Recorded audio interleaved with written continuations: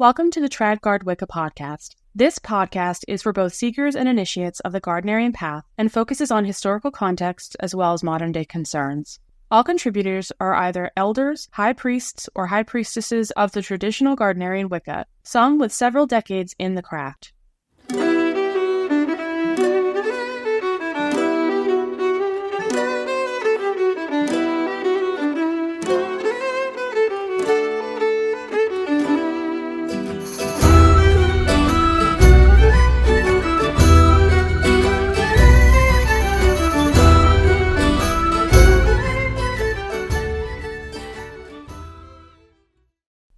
Our guest today is Gardnerian High Priestess Iristar, who has been practicing Gardnerian Wicca for over 30 years. In this episode, Iristar, Hermes, and I take a look at the seeker experience and how it has changed over the years. We will also discuss how to find a group to work with, what to look for when choosing a group, and seeker etiquette.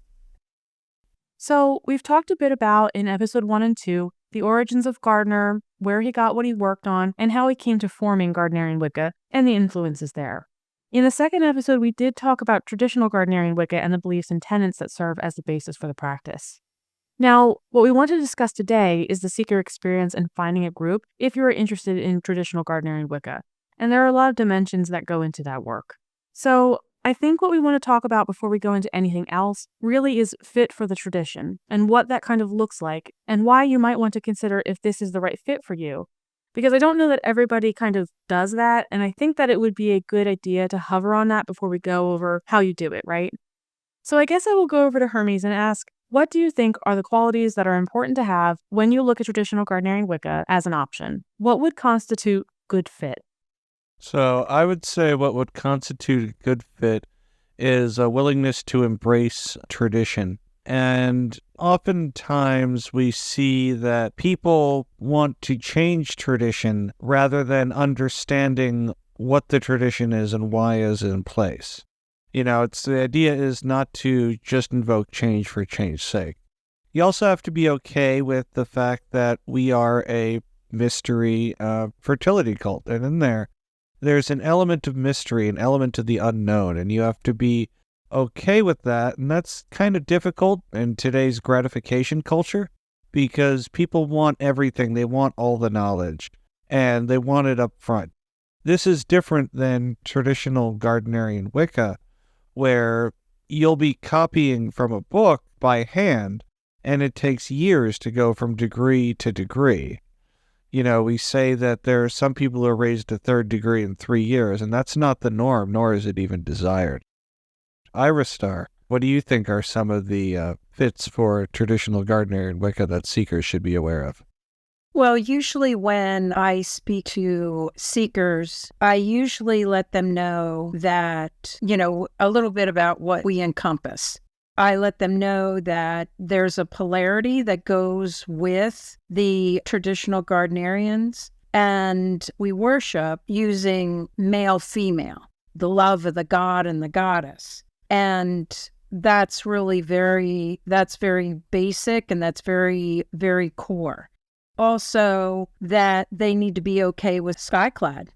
We tell them right up front for entering into our seekers group so that they know that that's what is ultimately going to be required if it's agreeable for them to come into our coven. That way, if they're just not into that right off the bat, they'll know. And they will, thank us for our time and leave. So I think that this is interesting too, because Gardnerian Wicca is structured a little differently than some other traditions might be, in such that you do have a working partner, or at least at a certain point that is an important goal to have. It's not the goal when you come in, right? So when you're looking for the individual experience and spiritual growth, you're really going to find that in the lower degrees. You're going to find that obviously in the seeker groups. First degree will be focused on that, and I think part of second degree is focused on that.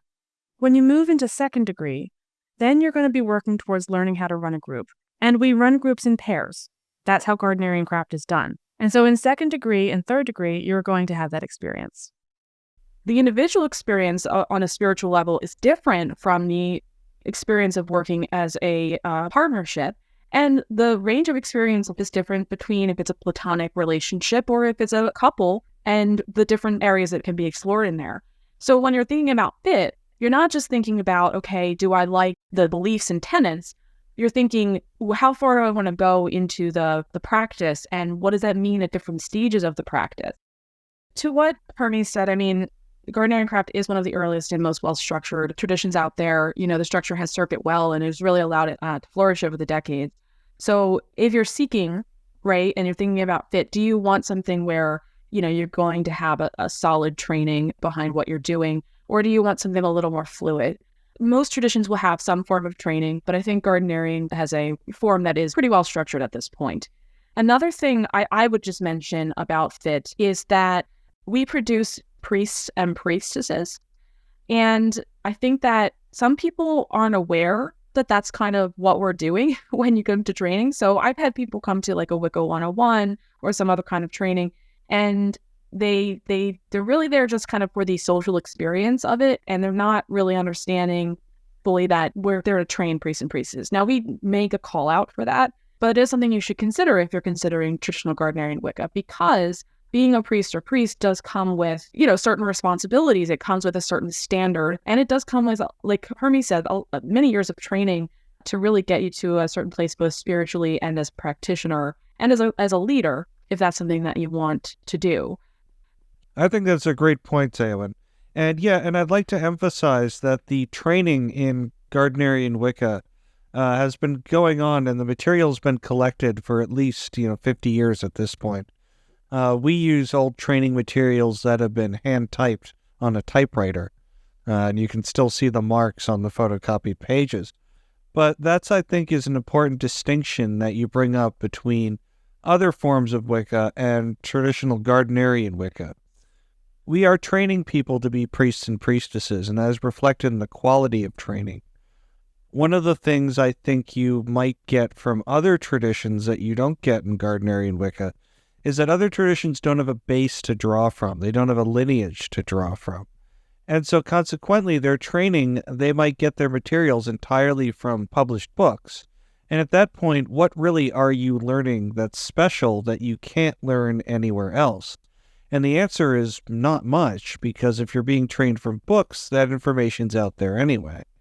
So that's what I think one of the draws is towards traditional practice, be it Gardnerian or Alexandrian, Moshian, Central Valley, whatever, is that we're training you to be priests and priestesses of a religion where training that you will receive is on par with being a priest or priestess, and that goes above what you will get in general Wicca 101 books or even Wicca 102 books, because you get training on things that are not just Gardnerian based, but also how to deal with people, how to do divination, how to manage energies, things that you won't necessarily find in an intro to Wicca book. I would have to say, though, that with my early training some 30 years ago or so, I didn't know that was what coming into the coven would be. It was more organic. Like, we came to a pagan way, and we were in there in the pagan way for 2-3 years, or it could be shorter. And then we asked to come into the coven, but no one specifically told us back then that, we're training to be priests and priestesses. I think it's just because it was a natural progression rather than everything being told to us or handed to us. It was more of an awakening. And so that's been my experience. So, Iristar, just to remind everyone, when were you initiated? What year? 1986. 86. Okay, yeah. I was initiated in 2013, and I believe Aeowyn was initiated 2014. Yeah, we're about 1 year apart. And Iristar, I was going to ask as well, and this kind of leads into my other probably final point about fit. traditional practice is not necessarily, kind of a social club. It's more of a, yes, there are social elements that we enjoy and that we that are desired, but it is a spiritual and religious practice, right? And so it sounds like your original experiences were maybe billed as more of a social thing or came through that way, but then you found out about the kind of the priest or priestess training. I would say that Hermes and I, when we train, we let people know right up front today. So is that a difference that, and we'll talk more about this in a little bit, but is that a difference that you're seeing between then and now? Or is it just that they, it was practiced differently at that time? It definitely was different back then because it wasn't even called a training circle. It was called a pagan way. So in the pagan way, you would celebrate the festivals and you would do some type of event for each one of those festivals. And it was very much social. In a way, that was a good way to be because it created the fun. It created the draw to come back. It created the camaraderie amongst everybody. Like you really were drawn to each other as brother and sister, that you would have each other's back. There was also, like brother-sister fighting. And of course, there was also the male-female aspect of it too. A lot of people getting together back then. So yeah, it was very much different than it is today. Our training that Aeowyn and I received, we actually used the same pagan way material that Iristar used. However, our training was much more in changing the way we think versus specific concrete topics. Well, I think there's also variability, of course, from high priest and priestess to high priest and priestess. So You're going to have some more or less structured, but I think that to what Iristar was saying is that there seems to be more encouragement towards a structured process that is a little more academic. And that's certainly true in America. I'm not sure how it's done over in England or in other locations, if it's following that as well. But it's definitely a little more academic here than maybe it was more organic, as Iristar said back when she started. Well, during the pagan ways, back when I started, the material that we have for the rituals are a little bit more expanded than the rituals that we were given now. So it's beautiful for us because we have two different types of rituals that we can pull from that are both beautiful, that are both meaningful, that we like to use. One of the things I think people need to realize, and we'll probably talk about this a little more at other times, is that there are lots of different types of people who are attracted to Gardnerian Wicca. So when you're thinking about fit, I would say that the spiritual aspect needs to be more important than the other aspects, and because it's the unifying factor. So you're going to meet people from different socioeconomic backgrounds, different educational backgrounds, different racial backgrounds, and different prior experiences with religion. And that has to be you just need to be aware of that, because it's very possible you'll meet someone or deal with someone who has very different ideas about how the world should be run or what the right political thing is to do or whatever. And if that's your guidepost, that's not going to serve you over time. It doesn't serve the tradition over time. What serves all of us is being focused on the spiritual.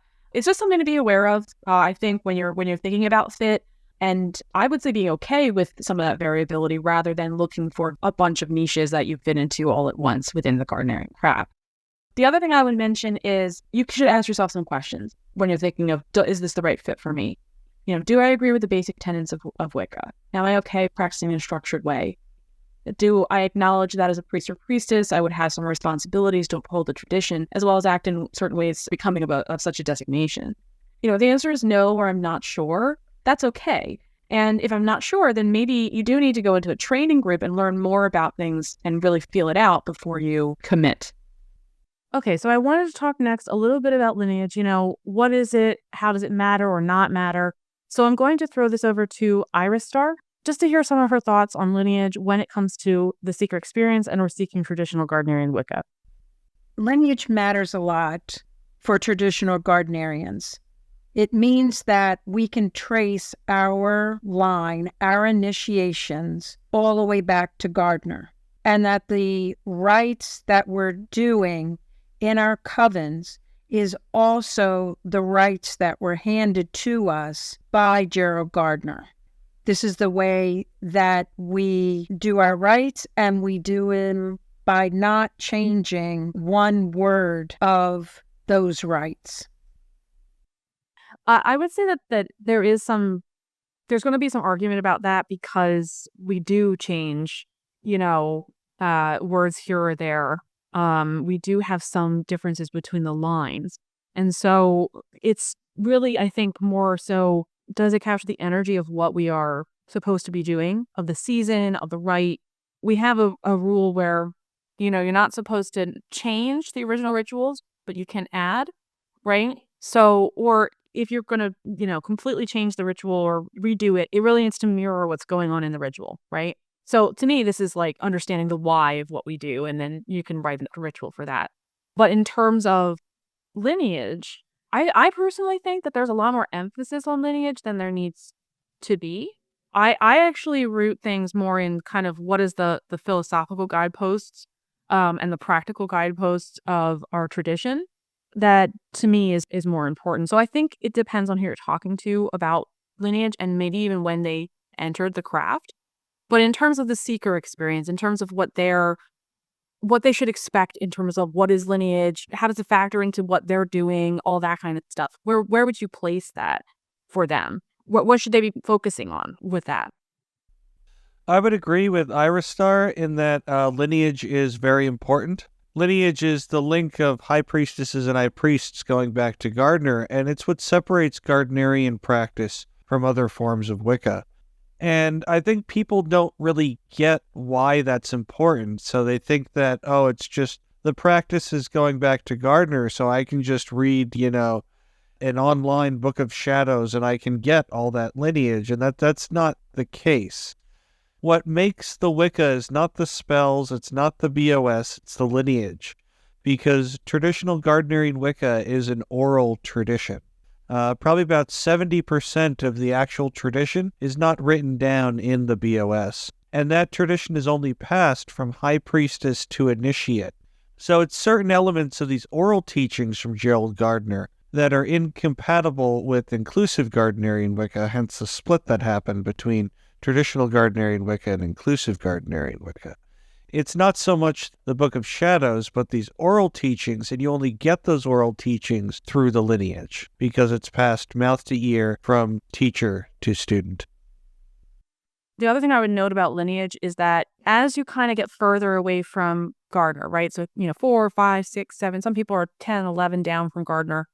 I think the likelihood that the materials that you inherit might have some alterations to them that take away from the original meaning, and then the meaning gets lost, that's a risk that happens with lineage, that's connected to lineage. And so it's not something that anybody can do anything about, right? You're where you're at. But a lot of the people in the craft have really tried to go back to as many original sources as possible, get as much information as possible to understand the why behind what we do. So I just like to note that with lineage because it's just something to be aware of. And then as a seeker, and then as an initiate, where am I away from the original practices? Could there be differences from what I'm doing? And do those differences matter? Those are sort of questions that come out of lineage at a certain point. Well, that's why we say that when the information is passed, it needs to be passed exactly as you received it. So I would think that the way that you received it, you should be giving to your students. So it doesn't matter how far away the lineage is from Gardner. I will say, though, in response to Aeowyn's comment about it depends on which high priestess that Gerald gave information to, because there are slight differences in the information that he passed to the different high priestess that he trained. So that's where the differences come that she's talking about. But all of the priestesses were handed material that is traditional Gardnerian craft. You have what's core, right? This is the core element of the tradition. Then you have rituals that people have expanded upon. And just as long as those are kept separate, that's perfectly fine. So you can continue to pass what's core, and then if you want to pass additional material, you can, but you have to make people aware of, okay, this is additional material that people have added. That's not what was originally passed. I just wanted to clarify.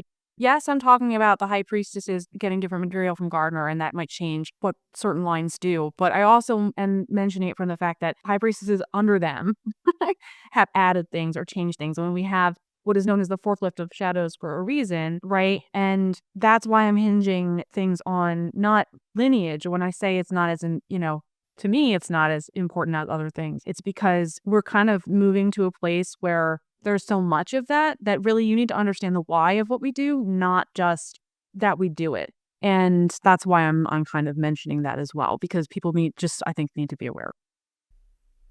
Well, I think Hermes brought up a good point, though, too. It should be noted in the Book of Shadows if it has been elaborated on from the basic core rituals so that we know. Yeah, ideally, from a seeker's perspective, just to kind of give them an idea of like how the lineage impacts, who they're seeking with and what they're learning. So now we kind of give you a baseline of like thinking about fit and just knowing a little bit about lineage and how that kind of impacts what you learn. I did want to kind of move us into talking about finding a group. Now, I want to note that the tradition is split at this point between traditional Gardnerians and inclusive Gardnerians. So you have traditional Gardnerian Wicca and you have inclusive Gardnerian Wicca. And so I'm going to give you resources to connect with both. And I also want to give you a little bit of clarity here because I think it's important for the seeker at least to understand the differences. Because I think that when you go and talk to people, you're going to get a lot of different responses about the whole situation. And so I wanted to give kind of a groundwork here. So this podcast is a traditional Gardnerian podcast, and we really don't seek to define other practices. However, I'm going to give you a brief clarifying statement in an attempt to provide clarity to the seeker. Traditional Gardnerian Wicca is a binary practice, and we initiate priests and priestesses. The focus of traditional Gardnerian Wicca is on preserving the practices as passed down by Gardner, and there are several philosophical tenets and beliefs that unify most traditional Gardnerians. Really, to read more about that, you can go on to www.traditionalgardnerianwicca.com and review the beliefs and tenets section to get an idea, or you can listen to the podcast 1 and 2 that are on this stream. Inclusive Gardnerian Wicca, which is non-binary in its approach, initiates priests, priestesses, and priestesses. The practitioners may alter rituals to blend in other traditions or practices, really in an effort to accommodate a wider variety of seekers. At this time, I would say there is a wide range of belief and practice that differentiates inclusive Gardnerians. Some are very traditional in their practice with a few caveats. Others are very inclusive and have changed a good deal. So really, when you're seeking with that group, you really should ask questions, or any group, you should ask questions to clarify where they're at on that. I think traditional Gardnerians are more unified at this time about their beliefs and tenets overall, and the seeker should be mindful of these differences and just seek a form of practice that feels right for you. There is no right or wrong answer here. It really is what speaks to you on a magical and a mundane level. So before I go on and give you resources, I just wanted to throw this over to Hermes and Iristar to give a little more information as they feel is needed. Coming from, again, I mentioned the 30 plus years. Back in the old days, italics included, we used to, in order to find groups, there was no online websites, any of that we could actually go to. Sometimes it was a matter of chance that you would meet up with someone and maybe they were wearing a necklace that looked strange, and you ask them a question and they would tell you about it. And then you would get an interest in that respect. Maybe you came across a book, which was difficult back then because there wasn't the wide range of books that there are now that you could read to make you more inquisitive about Wicca and witchcraft. There were message boards in witchy stores that used to advertise groups. You could find groups through your friends or your lovers. They would mention it. They would say, I think you might make a good fit for this. Also, publications would advertise different groups that you could join for training and festivals. So those are the different places that we had back in the day in order to find like-minded people. And I think that's really shifted from the current landscape, and we can talk about this more later. In the current landscape, it's much more online. Remember, we used to have, Witchvox, R.I.P. Witchvox, which used to be the major meeting hub for paganism and Wiccan and Druids, Asatru, whatever. It was all included in there. And it was nice because it was a one-stop shop, and it was promoted in books and everyone knew about it. And then it started waning. Eventually, the owners just gave it up, and it now exists as, I'm not sure if it's even a blog, but they dropped pretty much everything. And now there's a gap in the community as to where to go. And I think we're too online at this point to go back to certainly the old days of posting it on the corkboard at your local occult shop. I don't think people are doing that or would be keen to go back to that. So there really is a gap in terms of connecting seekers to traditions, and that's especially hard when we're talking about the Gardnerian tradition, which, at least in the U.S. here, is primarily along the coasts, right? You have a lot of covens on the East Coast and some covens on the West Coast, and not really a whole lot in between when you compare them to the totality. So that can certainly make finding a coven more difficult. And that goes back to, I'm sure we're going to talk about later, about traveling and lowering your expectations about finding a wise grandmother high priestess in, the next town over, which probably will not be the case for you. Right. Well, and if we're talking about online resources, because I think that's a whole topic and we're going to get into that shortly, I do want to mention that in replacement of Witchvox, there are two resources available. You have Darks and Moon, which is, www.darksandmoon.com. That has some of those resources. And then Mandragora Magica is also a place for that. Those are for general, any group. There is no restriction on that. If you're a group and you're operating as a meetup or you're operating as a coven or a training group, whatever, you can be found there. So it's a good resource if you aren't sure if you want to do traditional Gardnerian Wicca, or if you do, and you can go there and you can find really what you're looking for within the area. One caveat is, of course, not everybody's listed there, right? So there are groups that are dark, there are groups that are only operating in different ways, but it's a good starting place. I would also mention there's another online resource, and that's Gardnerian.us. This is for traditional Gardnerians in the USA only, but every one of the covens there is personally vouched for and is valid. So if you don't find a coven in your state, there are automated contact forms available on that website. So you can message other legitimate traditional Gardnerians and ask them, hey, I live in Wyoming. I don't see a coven in Wyoming. Do you know of one? And they will get back to you and provide you with that community connection where you can possibly find a coven that's closer to you, even if it's not listed on the website. And just to mention those resources as well. So as Hermes mentioned, there's the Gardnerian.us source for these groups, and they're vouched and verified. But also, if you want to reach out on social media, which is probably the main way that we reach out nowadays, or people have been doing, the traditional resources include the Gardnerian Initiates Open Forum for Seekers on Facebook, as well as Traditional Gardnerian Wicca, a Seekers Hub. You can find both of those on Facebook if you want to reach traditional Gardnerians. as Iristar mentioned, there are other ways to meet groups. You can go to festivals. You can go to meetups. Usually somebody who's running a meetup is going to be running a group. That's very common. And, we go one-on-ones. Or going to pagan shops. You can go to pagan shops, ask them if they know any local groups, or, like Hermes said, check the bulletin. There are some groups that are going to operate that way for a variety of reasons. So check everywhere. If you're not liking what you're seeing, somewhere else, or if it's not meeting your need. You never know when you're going to make a connection with someone. So what should you do when you find a coven? So there's a right way to go about this and a wrong way to go about this.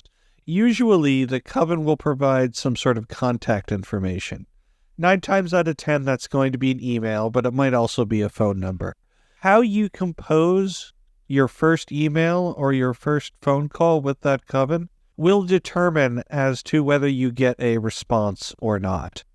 So the number one rule is be respectful and keep it short. What you want to include is, "Hi, my name is John Smith. I'm looking for a coven to learn Gardnerian Wica from. I found your information on X. Can you send me more information if you're seeking students at this time? Respectfully, sincerely, John." So to what Hermes is stating, just be respectful, be inquisitive. The initial contact is really just about establishing, is somebody even there at the end of the line, right? And can we initiate this process? That's the point of the first contact. Oversharing is not necessary, and you might be nervous. You might say something you wouldn't normally say. So, or think that you know what they want to hear and you don't. I think sometimes it may seem simple enough, but I think just telling them how to go about that initial contact. I mean, some people might think it's really easy to do that. Yeah, when I heard you say that, I said, oh, that's a good way to go. Yeah, that's true. And I included that because I think people, I hate to be the curmudgeon-y get off my lawn guy, but people have decreased their standards as we move towards a more online age. And people don't know how to write emails and do messages in a way that they don't introduce slang or it comes off as disrespectful or they're using NetSpeak and things like that. You want to present that you're a person who has everything together and, doesn't come off as flippant. And I think that, composing a unprofessional email certainly leads to those elements. So after you send out an email and you receive an email back, usually the next part of the process will be some sort of interview. And nowadays, the interviews are conducted usually online, although my interview was conducted in person, both the covens that I joined, or it might be over the phone. And again, it all depends on whether you can meet with the high priest and the high priestess, or whether there has to be some sort of technological intervention in that. And as far as the interview process, some things that I would say is be honest. You will be fact-checked, and you will most likely have a social media search done of you, at least basic, Facebook, LinkedIn, just to get some more information about you before the high priest and high priestess meet with you. And it's okay to say that you don't know. I've done many interviews, and oftentimes I'll ask a question, and the person clearly doesn't know what I was asking, and they'll pontificate on a random topic. And it's just okay for you to say that you don't know, because that's what the whole training is about. We aren't looking for specific answers. We're just looking for, are you open to receiving knowledge? Or is your brain already full and it can't hold anymore? And I think we're also looking at fit, right? Because it's not just about what the answers are. It's kind of how a person goes about what they're saying and doing and what they're interested in. If I'm asking questions and you're saying, oh, I'm interested in something that might align more with a druid practice or a satru or some other thing, that's important for me to know because this might not be the right fit for you. And you may get follow-up questions about that. So the interview process that we do, we tend to meet with people on Zoom first. We like to meet face to face in that part of the process. And we kind of suss out these details. If we feel that you're someone who might be a good fit and that you're mentally in a good place with where you want to go, right? You have some idea of what you want to do. Then we may say, okay, we'll come to training. We do a rolling admission training, so you can come in at any time. Different groups have different things. Some start cohorts. Some, will individually train people based only on what they need. It really depends on who you're working with. But we have rolling, and the whole purpose is for people to really understand, is Gardnerian Wica the right thing for them? And then us to know, are you a good fit? And to see that over time. So that's kind of the point of the interview process, and then rolling into the training. I don't know, Iristar, if you want to talk a little bit about, the year and a day of training and that versus maybe other models that you've seen. Well, when we get a seeker that reaches out to us through email, we normally ask them for a day and time once we've, kind of researched them on the internet. But we ask them for a day or a time that they can meet at a diner.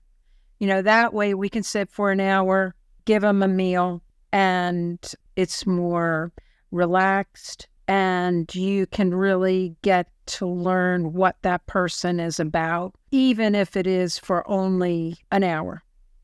And you can find if they're, open to you as well as you being open to them. Then we normally send them out a questionnaire to fill out. We have like 10 questions on there, and ask them to send it back. Apparently, the questionnaire has been around for a long time, because I know that my initial group in the 80s had a questionnaire as well, and we were asked to fill out that questionnaire. I happened to meet the group through a friend of mine that lived in the area, and this group was like an hour and 15 minutes away. Come to find out, there's actually was a working coven like within like 3 to 4 minutes, depending on lights, at that time that I could have actually joined. So you never know what your initial group is going to end up to be. It's up to the gods who you get. So generally, training is going to last traditionally for a year and a day. And that's not a set standard. Sometimes if we know that the person is ready and they petition to join, because you have to petition to join even after you've been accepted for training. If they petition to join, we might accept them a little bit earlier. But basically, the year and a day process for training is put in place so that not only can we evaluate the student, but the student can also evaluate the group and see if it's right for them. As been mentioned before on this podcast, every coven has their own different flavor. And so if a coven doesn't work right for you, you can always try another one. And as Iristar was saying, there might be a coven that's even closer to you that you won't know about until you make contact with the other coven that you're training with now. And they might have contacts to know if there's a closer group. Hermes, you had mentioned earlier, travel expectations in the seeker. So I just want to touch on this a little more. You will likely have to travel. Most people have to travel. If you're lucky, that'll be a 30-minute or a 15-minute, which is not really travel. But if you're not as lucky, you're probably looking at least an hour. Some people have traveled, multiple hours to get where they need to go. It's usually once a month, especially once you're initiated once or twice a month. That is part of the dedication to training. When covens were much thinner on the ground, probably I would say that in the 70s and 80s, and although Iristar, if you correct me, but some people would take plane rides. Some people would drive hours to get where they needed to go. So we're lucky in the sense that there are more covens than there used to be available for training. But there are pockets of the country where that's not the case. And so that decision still needs to be made if this is what you want. I always go back to fit. If this is really what somebody wants, then the travel is worth it. So it's just something to keep in mind. Yeah, I would agree. And as Aeowyn said, in the 70s and 80s, it was not uncommon to hear of people making 3 to 6 hour drives and even plane rides to seek a Gardnerian coven. What it comes down to is, what do you want? I knew from the onset when I was pagan that I wanted to be Gardnerian, full stop. And so I actually passed up at least 2 other covens, and they offered me initiation too. I was like, no, I want a Gardnerian coven. And so in that, I knew that I'd have to travel, and that was a sacrifice that I was willing to make because I wanted to be a member of that tradition. If you want to be a member of that tradition, you will find a way to make that happen. Well, we would agree that the seeker needs to be able to get themselves there and on time. Otherwise, if the seeker can't make it, because we do realize that family things come up, some of these seekers have children or they have elderly moms and dads where things will come up. So we understand when things happen in a person's day-to-day life, but they would want to send us out a text as soon as they know it. So if they know that they can't show up, they should send us a text. Now, this could cause a delay in their training. They may need to go longer than a year and a day.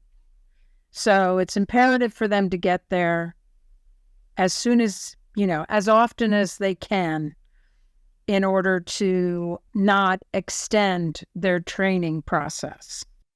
And I think that this kind of goes into like dedication to practice, right? Because you said people need to be there on time. They need to make it a priority.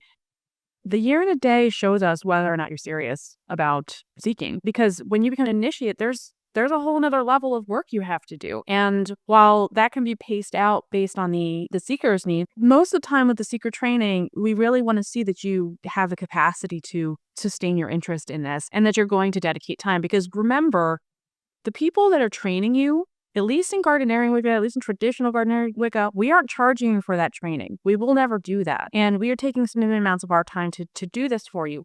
It is a calling for us. It is work for us that we do, that the gods call us to do. But be mindful of that because we're asking you for something valuable. We're asking you for your time. And we're giving you our time. Both are much more valuable than money or other things like that. So be mindful of that and show your dedication if you want to be initiated. It's really, really important to do that. And I would also say when you show up, be ready to learn. So real briefly, if we're talking about what is the point, right, of training, and for most groups, it's going to be initiation, right? For most seekers, it's initiation.